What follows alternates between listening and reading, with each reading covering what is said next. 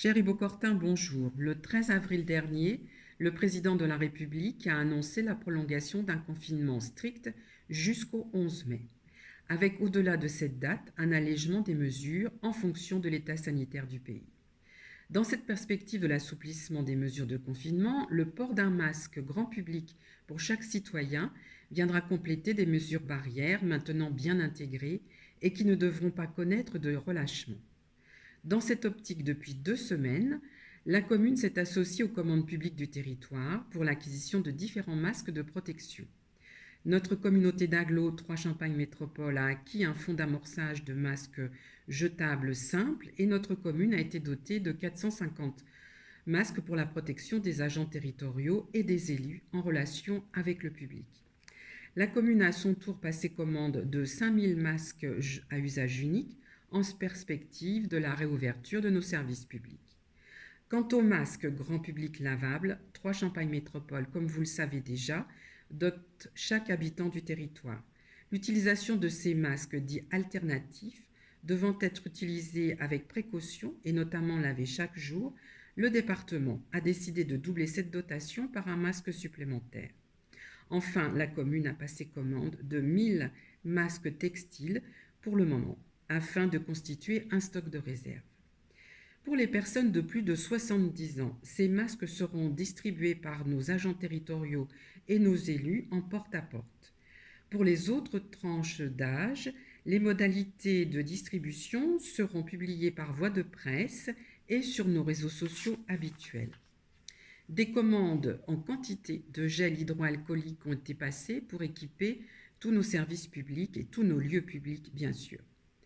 Quant à la réouverture des écoles et donc des crèches, des structures d'accueil de l'enfance, notre service éducation est d'ores et déjà réactivé. Mais il convient, compte tenu des premières orientations exprimées par le président de la République, d'attendre les directives qui seront indiquées par le ministre de l'Éducation nationale. En effet, la reprise de la scolarité n'aurait pas de caractère obligatoire, serait progressive, serait partielle. Nous sommes donc à l'écoute de l'inspection académique de l'Aube et bien sûr de nos équipes pédagogiques locales. Bien évidemment, la commune continue d'enregistrer les demandes d'inscription scolaire pour le mois de septembre et les inscriptions pour la crèche. Nous avons décidé de réactiver l'entretien des espaces verts qui, à cette époque de l'année, prospèrent à grande vitesse. Je tiens dès maintenant à remercier les ribocortins qui ont pris l'initiative d'entretenir les espaces verts devant leur domicile, permettant à notre équipe restreinte de se consacrer à des tâches essentielles, le nettoyage, la désinfection, les travaux liés à la sécurité.